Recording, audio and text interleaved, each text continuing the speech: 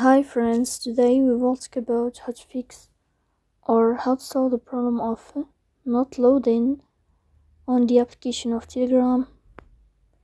You will go to settings,